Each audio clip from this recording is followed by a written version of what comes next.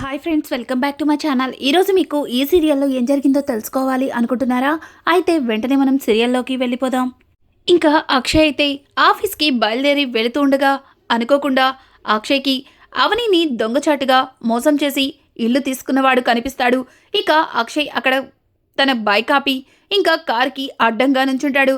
అతను, ఎవర్రా నువ్వు, నా కారు ముందు నుంచున్నావేంటి అని అడగడంతో, రేయ్ దిగరా, దిగు, నా భార్యతో దొంగ సంతకాలు పెట్టించుకొని అక్రమంగా అన్యాయంగా నా ఇంటిని లాక్కుంటావా, చెప్తాని పని, దిగరా అని చెప్పి ఇక అక్షయ్ అయితే అతని చొక్కా పట్టుకుని బరబర బయటికి తీసుకొస్తాడు. ఇక అతనైతే, చూడండి, ఆ రోజు ఇంటిని మీ కళ్ళ ముందే తీసుకున్నాను, ఏదైనా ఉంటే మీరు అప్పుడే అడుగుండాల్సింది, కానీ ఇలా నడి రోడ్డు మీద మర్యాద లేకుండా మాట్లాడడం ఏమాత్రం కరెక్ట్ కాదు అని చెప్పి అతను మాట్లాడుతుంటే, రేయ్ నీకేంట్రా మర్యాద ఇచ్చేది, నువ్వు మోసం చేసి నా భార్యతో దొంగ సంతకాలు పెట్టించుకొని నువ్వు నా ఇంటిని లాక్కున్నావు, నిన్ను వదిలిపెట్టను అని చెప్పి ఇక అక్షయ్ అయితే అతన్ని చితకబాత్తూ ఉంటాడు. అతను, వదలండి సార్, వదలండి, ఏదైనా ఉంటే అని అంటుంటే, అవునరా, నిన్ను ఇప్పుడే పోలీస్ స్టేషన్కి తీసుకెళ్ళి వాళ్ళతోనే చెప్తాను, వాళ్ళే నువ్వు నా ఇంటిని ఎట్లా దొంగచాటుగా సంతకాలు పెట్టించుకుని తీసుకున్నావో బయటపడుతుంది, నడవరా, నడవు అని చెప్పి ఇక అక్షయ్ అయితే ఆ గుండోణ్ణి బలవంతంగా ఈడ్చుకెళ్తుంటే అతను, సార్ సార్ వద్దు సార్, ప్లీజ్ నన్ను వదిలేయండి, పిల్లలు గలవాణ్ణి అని చెప్పి అతనైతే ఇంకా అక్షయ్ని బ్రతిమలాడతాడు. ఒక్కసారిగా అక్షయ్ అతను అలా బ్రతిమలాడడంతో, మరి ఆ రోజు మోసం చేసినప్పుడు తెలియదా నీకిట్లా శిక్ష పడుతుందని అని అంటుంటే, సార్ నేనేదో డబ్బుకి కక్కుర్తిపడి అలా చేశాను, నేనేమీ మీ ఇంటిని తీసుకోలేదు అని చెప్పి ఇంకా అతనైతే అక్షయ్తో మాట్లాడుతూ ఉంటే ఒక్కసారిగా అక్షయ్ షాక్ అయిపోతాడు. ఏమంటున్నావు, నా ఇంటిని డబ్బు కోసం అలా తీసుకున్నావా, అది నీకు డబ్బిచ్చి అలా చేయమంది ఎవరు అని అడగడంతో ఇక ఒక్కసారిగా గుండోడైతే కంగారు పడిపోతాడు. అదే అది అది అని తడబడుతుంటే, చెప్పరా, చెప్పు, అలా చెయ్యమని నీకెవరు డబ్బిచ్చారు, చెప్తావా, నాలుగు తగిలించమంటావా అని చెప్పి ఇక అక్షయ్ అయితే అతన్ని గట్టిగా తంతాడు. ఇక అతను, చెప్తాను, వదలండి సార్, చెప్తాను, ఎవరో కాదు, డబ్బిచ్చి అవని గారి సంతకాన్ని ఫోర్జరీ చేయించి నన్నలా మాట్లాడమని చెప్పింది మీ మీ మీ మావయ్య చక్రధర్ గారే అని చెప్పడంతో ఒక్కసారిగా అక్షయ్ షాక్ అయిపోతాడు. రేయ్ మళ్ళీ మరొక నాటకాన్ని మొదలు పెట్టావా అని అంటూ ఉండగా ఇక చక్రధర్ అయితే ఆ గుండోడికి ఫోన్ చేస్తాడు. ఒక్కసారిగా ఆ గుండోడు, ఇదిగోండి సార్, ఆయనే ఫోన్ చేస్తున్నాడు, కావాలంటే మీరే వినండి అని చెప్పి ఇక ఆ గుండోడైతే ఫోన్ లిఫ్ట్ చేసి, చెప్పండి చక్రధర్ గారు అని అడగడంతో, ఏయ్ ఎక్కడున్నావు, ఆయన నిన్ను బయట తిరగద్దని చెప్పాను కదా, చూడు, కొద్ది రోజులు నువ్వు బయట తిరగద్దని చెప్పాను, కానీ నువ్వెందుకు తిరుగుతున్నావు అని అంటుంటే, సార్ ఇంట్లోకి కావాల్సిన సరుకులేమీ లేవు, అందుకే అవి తీసుకెళ్ళడానికి బయటకొచ్చాను, కానీ సడన్గా కారు ట్రబుల్ ఇచ్చింది అని చెప్పి ఇక ఆ గుండోడు మాట్లాడుతుంటే, రేయ్ నీకు మళ్ళీ మళ్ళీ చెప్పాను, నువ్వు కనుక ఆ అవని కంట్లో పడ్డావంటే తర్వాత నీతో పాటు నేను కూడా ఇరుక్కుపోతాను, చూడు, మర్యాదగా నువ్వు ఇంటికెళ్ళు, నీకు కావలసినవన్నీ నేను పంపిస్తాను అని చెప్పి ఇంకా చక్రధర్ కాల్ కట్ చేస్తాడు. ఒక్కసారిగా గుండోడు, విన్నారా సార్, ఇదంతా చేసింది మీ మావయ్య చక్రధర్ గారే, మీరు నా మాట నమ్మకపోతే ఇప్పుడు మీరే విన్నారు కదా అని చెప్పడంతో ఇక అక్షయ్ చాలా ఆవేశంగా చక్రధర్ ఇంటికైతే వెళ్తాడు. ఇంకా చక్రధర్ని, రేయ్ చక్రధర్ అని గట్టిగా అరవడంతో ఇక ఒక్కసారిగా ఫైల్స్ చెక్ చేస్తున్న చక్రధర్, రేయ్ ఏంట్రా నన్నే పేరు పెట్టి పిలుస్తావా నిన్ను అని చెప్పి చక్రధర్ కూడా చాలా ఆవేశంగా అక్షయ్ దగ్గరికి వస్తాడు. ఇక అక్షయ్ అయితే చక్రధర్ చొక్కా పట్టుకుని, రేయ్ నీలాంటి వాణ్ణి ఏం చేసినా తప్పులేదు, నువ్వు ఇంత మోసగాడివని అనుకోలేదు అని చెప్పి ఇక అక్షయ్ అయితే చక్రధర్ చొక్కా పట్టుకుని నిలదీస్తూ ఉంటే, చక్రధర్ ఎవర్రా నువ్వు, నన్ను తప్పు పడుతున్నావు, చూడు, నువ్వు కేవలం నా భార్యకి అన్న కొడుకువని నిన్ను వదిలేస్తున్నాను, కానీ నువ్వు నా ఇంటికొచ్చే నన్నెవరని అడుగుతావా అని చెప్పి ఇంకా చక్రధర్ కూడా అక్షయ్తో గొడవ పడుతుంటే, రేయ్ నా భార్యతో మోసం చేసి నా భార్య పెట్టిన సంతకాన్ని ఫోర్జరీ చేసి నా ఇంటిని లాక్కున్నావు, నిన్ను వదిలిపెట్టేది లేదు అని చెప్పి ఇక చక్రధర్ మీద కోపంతో విరుచుకుపడతాడు. ఒక్కసారిగా చక్రధర్కి దిమ్మ తిరిగిపోతుంది. ఇక ఇంతలో అక్కడికి రాజేశ్వరి వస్తుంది. అక్కడ జరిగిందంతా చూసి ఇక పరుగు పరుగున అక్కడికొచ్చి, అక్షయ్ ఆగు ఆగు, ఏమైంది అని అంటుంటే, అత్త ఇంకేమవుతుంది, ఇదిగో ఈ ఉన్నాడే ఈ చక్రధర్, వీడు మోసం చేసి మా ఆస్తిని దొంగతనంగా తీసుకున్నాడు. కావాలంటే ఇదిగో ఇతను చెప్పేది వినండి అని చెప్పి ఇక అక్షయ్ అయితే ఆ గుండోడు మాట్లాడిందంతా రికార్డ్ చేసి ఇక వాళ్ళ ముందు ప్లే చేస్తాడు. ఒక్కసారిగా ఆ వాయిస్ అంతా విని ఇక రాజేశ్వరి అయితే షాక్ అయిపోతుంది. ఏంటండి ఇది అని అడుగుతూ ఉంటే ఇంకా చక్రధర్, చూడు రాజేశ్వరి, ఎవరో ఏదో అన్నారని నువ్వు దాన్నే గుడ్డిగా నమ్మి నన్ను ఇలా నిలదీయడం కరెక్ట్ కాదు. అయినా నాకేం అవసరం వీళ్ళ ఆస్తి తీసుకోవడానికి? నా కూతురు అదే ఇంటికి కోడలిగా వెళ్ళింది. నా కూతురు అత్తవారింట్లో సంతోషంగా ఉండాలని కోరుకుంటాను, కానీ ఇలా బాధపడటం నేనెందుకు కోరుకుంటాను అని అంటుంటే, రేయ్ నువ్వు నాటకాలు ఆడమాకు, నాకంతా తెలిసిపోయింది. నువ్వు మోసం చేసి నా ఆస్తిని కొట్టేశావని నాకు అర్థమవుతుంది. మర్యాదగా నీ అంతటి నువ్వే తప్పుని ఒప్పుకొని మా ఆస్తి పత్రాలని వెనక్కి ఇస్తావా లేదా, లేకపోతే నీ మీద కేసు పెట్టాల్సి ఉంటుంది అని చెప్పి ఇంకా అక్షయ్ అయితే మళ్ళీ చక్రధర్ మీద కోపంతో విరుచుకుపడుతూ చక్రధర్ని కొట్టబోతుంటాడు.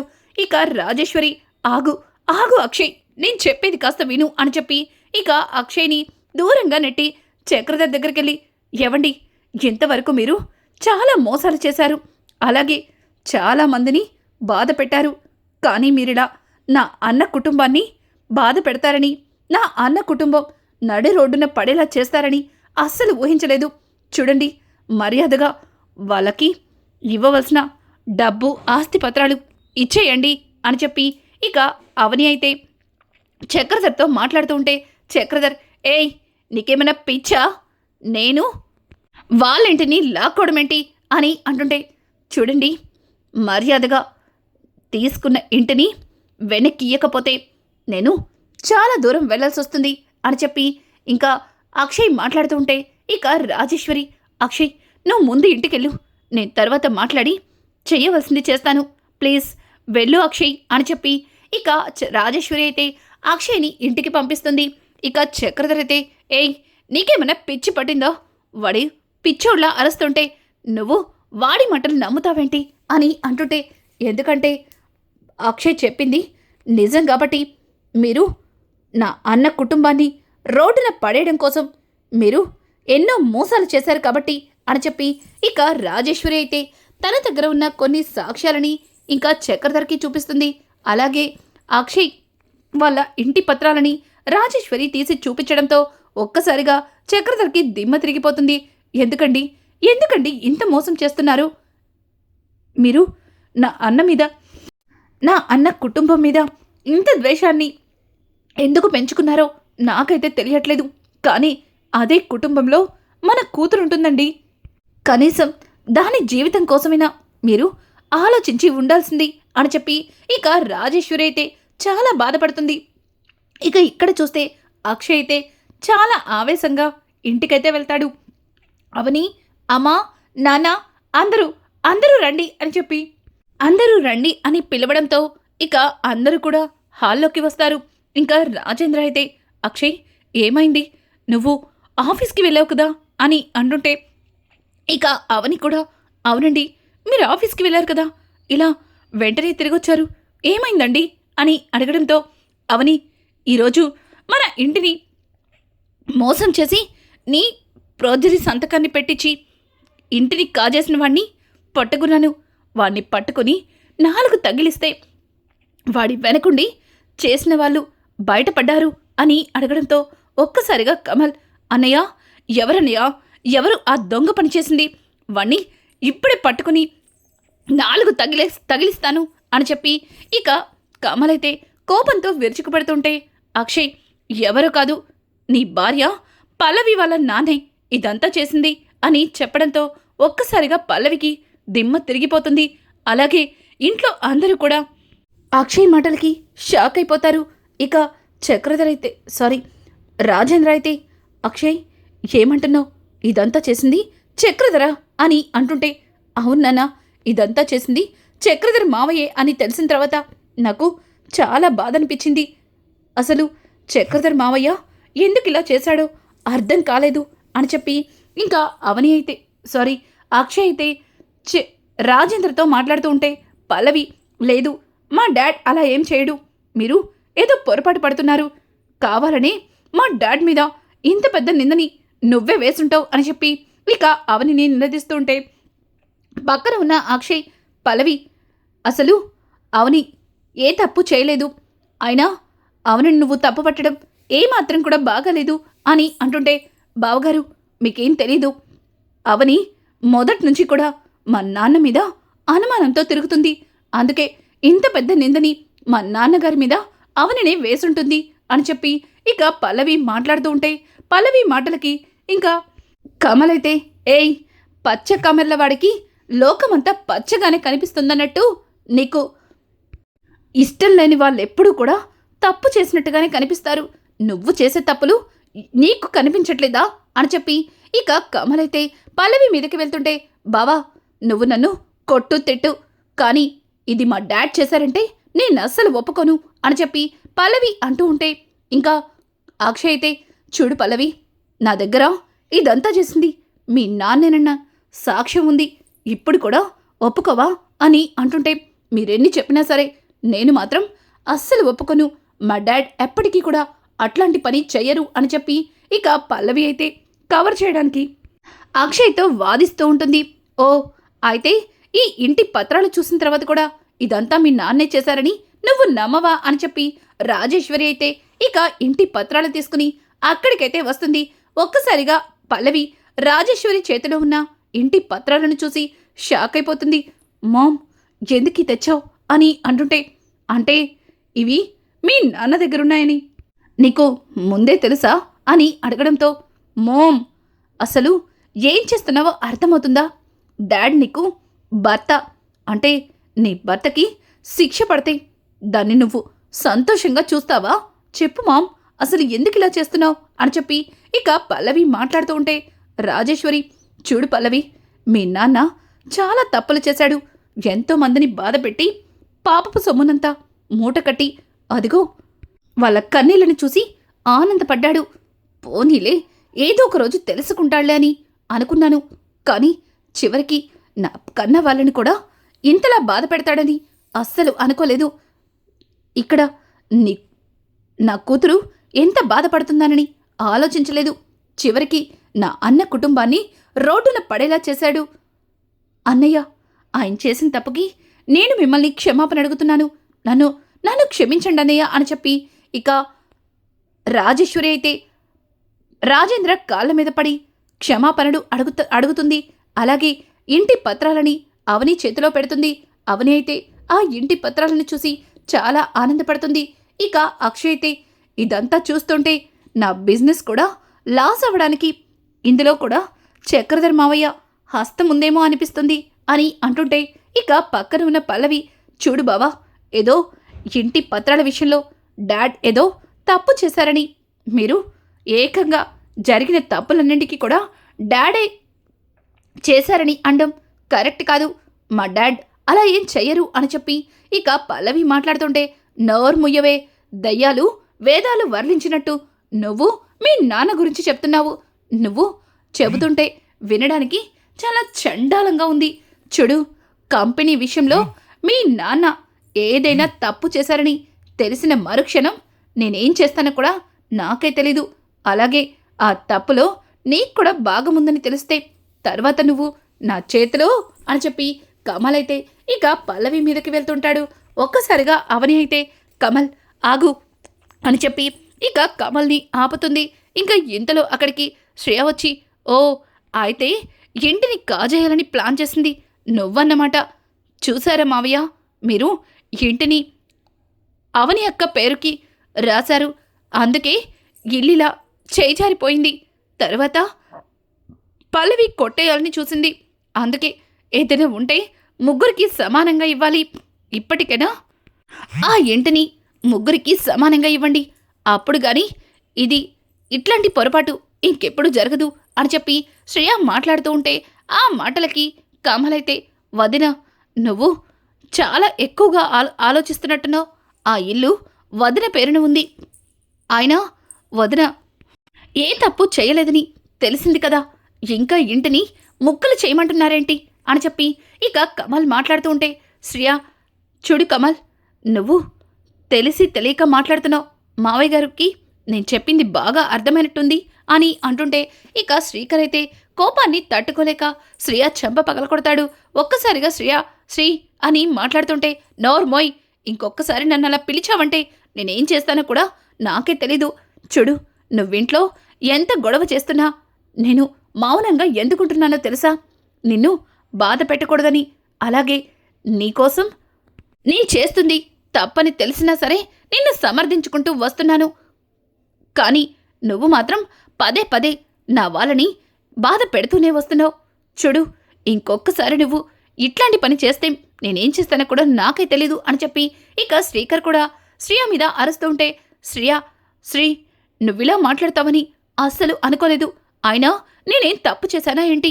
ఇంటిని ముగ్గురికి సమానంగా పంచమన్నాను, అది తప్పా అని అంటూ ఉంటే ఇక శ్రీకర్ చూడు, నీ మాట విని వదినని దూరం పెట్టాను. అలాగే ఇంట్లో వాళ్ళందరి ముందు శత్రువులా ఉంటున్నాను. అయినా సరే నువ్వు ఇంకా రెచ్చిపోయి ఇంటిని ముక్కలు చేయమంటే మాత్రం చూస్తూ ఊరుకునేది లేదు. అయినా నాన్నగారు వదిన మీద నమ్మకంతో వదిన పేరు పెట్టారు. కానీ పల్లవి అలాగే వాళ్ళ నాన్న కలిసి వదిన్ని మోసం చేసి ఇంటిని కాజేశారు. కానీ అన్నయ్య కదా నిజం తెలుసుకొని తిరిగి మళ్ళీ మన ఆస్తి మనకి వచ్చేలా చేశాడు అని అంటుంటే ఆస్తి పోయింది సరే, కంపెనీలు కూడా దివాలా తీసింది మీ అన్నయ్య వల్లే కదా. మీ అన్నయ్య ఏదో పెద్ద గొప్ప పని చేశాడని అని అంటుంటే ఇక శ్రీకర్ అయితే మరో చెంప పగలకొట్టి చూడు శ్రేయ, ఇంకొక్కసారి మా అన్నయ్య గురించి తప్పుగా మాట్లాడితే మాత్రం నేనేం చేస్తానో కూడా నాకే తెలీదు. అన్నయ్య నాన్న తర్వాత నాన్న స్థానంలో ఉండి మమ్మల్ని ఎంతో జాగ్రత్తగా చూసుకున్నారు. మాకు ఏ కష్టం కలగకుండా చేశారు. కానీ నువ్వు ఇలా నా కళ్ళ ముందే మా అన్నయ్యని తప్పుపడుతుంటే చూస్తూ ఎలా ఊరుకుంటానుకుంటున్నావు? వదిన, నన్ను క్షమించండి. అన్నయ్య, శ్రేయ అన్న మాటలకి నువ్వు బాధపడకు అని చెప్పి ఇక శ్రీకర్ అయితే వాళ్ళిద్దరికీ కూడా క్షమాపణలు చెప్తాడు. ఇంకా కమల్ అయితే గట్టిగా చప్పట్లు కొట్టి అన్నయ్య, ఇన్నాళ్ళకి మగాడివనిపించుకున్నావు. ఇన్ని రోజులు పెళ్ళాం చెప్పిన మాటలు విని పెళ్ళాం చుట్టూ తోకలా తిరుగుతున్నావని నేను చాలా బాధపడేవాడిని. కానీ ఇప్పుడు మా శ్రీకర్ అన్నయ్య అసలు స్వరూపం బయటికొచ్చింది అని చెప్పి ఇక కమల్ అయితే శ్రీకర్ని హత్తుకుంటాడు. ఇక పల్లవి శ్రేయ దగ్గరకొచ్చి చూసావుగా, వాళ్ళు ఒక్కటైపోయారు. ఇప్పుడు కనుక నువ్వు ఎక్కువ మాట్లాడవంటే తర్వాత నిన్ను మెడ పట్టుకుని బయటకు కూడా గెంటేస్తారు అని చెప్పి పల్లవి అయితే శ్రేయకి ఒక వార్నింగ్ అయితే ఇస్తుంది. ఇంకా ఇది ఇలా ఉండగా రాజేశ్వరి అన్నయ్య, ఇంటినే కాదు మీ కంపెనీలు దివాలా తీయడానికి కారణం కూడా ఆయనే. ఇదిగోండి మీ కంపెనీ డాక్యుమెంట్స్ అని చెప్పి ఇక తన దగ్గర ఉన్న షేర్ డాక్యుమెంట్స్ అన్నీ ఇంకా రాజేంద్రకి ఇస్తుంది. ఒక్కసారిగా రాజేంద్ర ఆస్తి పత్రాలు అలాగే షేర్ డాక్యుమెంట్స్ని చూసి చాలా ఆనందపడతాడు. ఇక అక్షయ్ అయితే అవన్నీ చూసి అత్త అని అంటుంటే చూడు అక్షయ్, ఇలా నా భర్త వల్ల నా పుట్టింటి వాళ్ళు నడి రోడ్డున పడతారని నేను కలలో కూడా అనుకోలేదు. ఇలా జరిగినందుకు మమ్మల్ని క్షమించండి అని చెప్పి రాజేశ్వరి అయితే చేతులెత్తి వాళ్ళందరికీ కూడా నమస్కారం పెడుతుంది. ఇక అవని, పిన్ని గారు, మీరిలా బాధపడకండి. చూడండి, మీది మంచి మనసు కాబట్టి మాకు మంచి చేయడం కోసం భర్తని కూడా చూడకుండా ఆయన్ని ఎదిరించి వీటిని తీసుకొచ్చి మాకిచ్చారు అని చెప్పి ఇక అవని అయితే రాజేశ్వరిని దగ్గరికి తీసుకుని హత్తుకుంటుంది. ఇదంతా చూసిన పల్లవి అయితే కోపంతో రగిలిపోతూ గబగబా బయటికి వెళ్తుంది. ఇక కమల్, ఆగవే, ఎక్కడికి వెళ్తున్నావు? ఖచ్చితంగా మీ డాడ్ దగ్గరికే కదా. ఎందుకు ఇద్దరు ఎదురు బొదురు కూర్చుని ఏడవడానికా?